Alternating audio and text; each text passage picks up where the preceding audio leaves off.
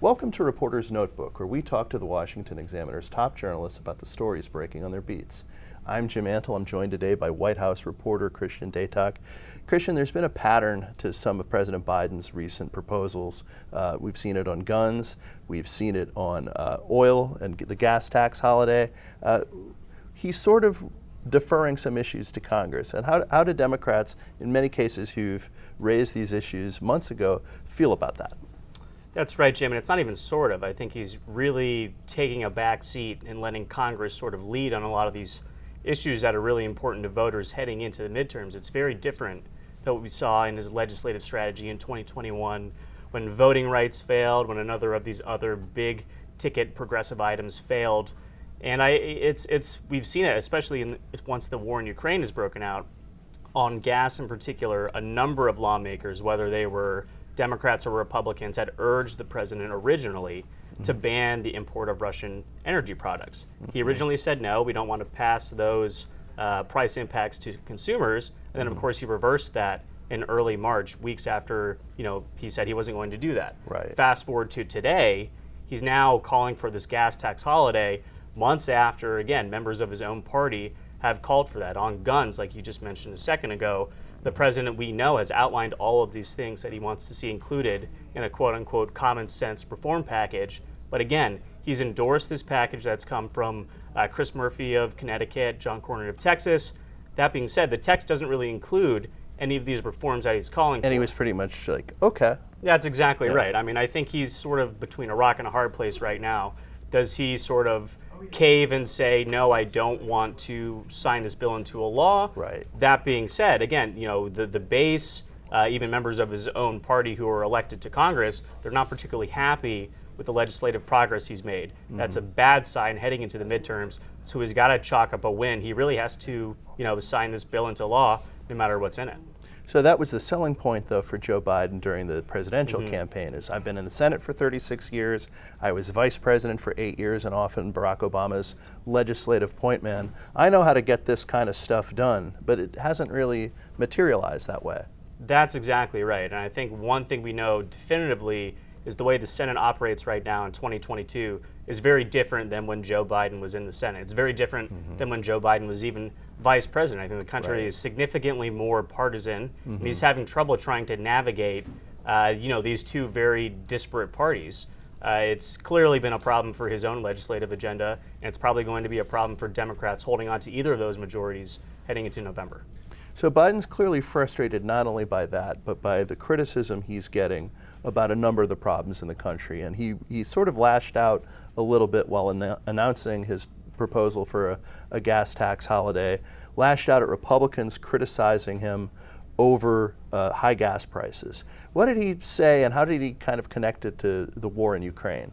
Well, essentially, and I'm paraphrasing here, of course, he said, if you're criticizing me now for these elevated gas prices, then you're not going to be supporting Ukraine in the future. And I think it's a little bit of a false dichotomy that he's putting forth. He's essentially saying, if you don't support all of these sanctions that I put against Russia, specifically on not only the energy sector, but on the products that lead to the increases in food prices, you're saying, well, we don't think the U.S. should be supporting Ukraine.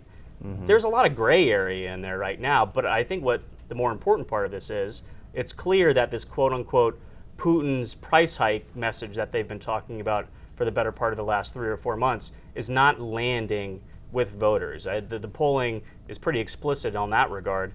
People are very concerned about the economy. Inflation remains the number one issue for voters of both parties, again, heading into November. And everything that the White House has been saying, trying to blame these price increases on the war in Ukraine, just isn't getting through. The president himself, I think, in his interview with Jimmy Kimmel, talked about how he's frustrated that his message isn't breaking through the sort of very wide defense that the White House has to set up. Again, the president doesn't do many interviews. He doesn't exactly connect with the voters.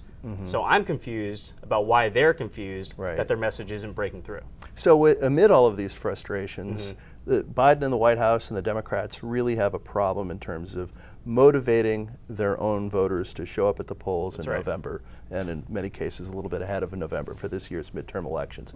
White House has a new hire who I think they're hoping is going to be able to help them out a little bit with this problem. Can you talk a little bit about her? Sure. Well, we're talking about Keisha Lance Bottoms, the Right. former Atlanta mayor. She's going to be the new director of the Office of Public Engagement. She's replacing Cedric Richmond, the veteran congressman from Louisiana, and one of the president's top advisors. He's actually heading to the DNC to do consulting heading into the midterms and heading into the 2024 cycle. But Lance Bottoms is fairly popular. She was probably going to win her second mayoral term had she decided to run again, but she's sort of viewed as a rising star. Had been on the Veep short list. That's exactly right. She obviously lost out to Kamala Harris back in 2020, but a lot of people thought that given the way that she sort of was effectively stumping for the president with Stacey Abrams, she could legitimately be the vice president heading into the general election.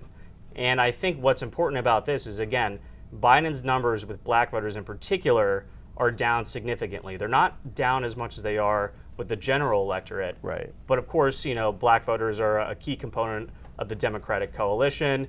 And it's not just necessarily that the numbers are down. Right. The numbers of folks who strongly approve of President Biden are down astronomically. I think that number is somewhere around 26% in the latest Washington Post poll that I've seen. So there's this idea that, Lance Bottoms might be able to connect with Southern voters. They might be able to connect again with the black electorate on a number of these issues that the president has objectively failed on, whether it be voting rights or income disparity, any of these things, again, that the sort of Bernie Sanders AOC wing of the party really pushed him on, and then he promised he was going to enact once he got in office, yet once he became president, they sort of fell by the wayside. And maybe she can keep him from bottoming out. I'm not going to comment on that. I love your puns. This one, we'll leave it up to the readers to decide if it's Have to good or focus not. group these things. Thank you, That's Christian. right. You can read Christian and the rest of our political team's coverage at washingtonexaminer.com.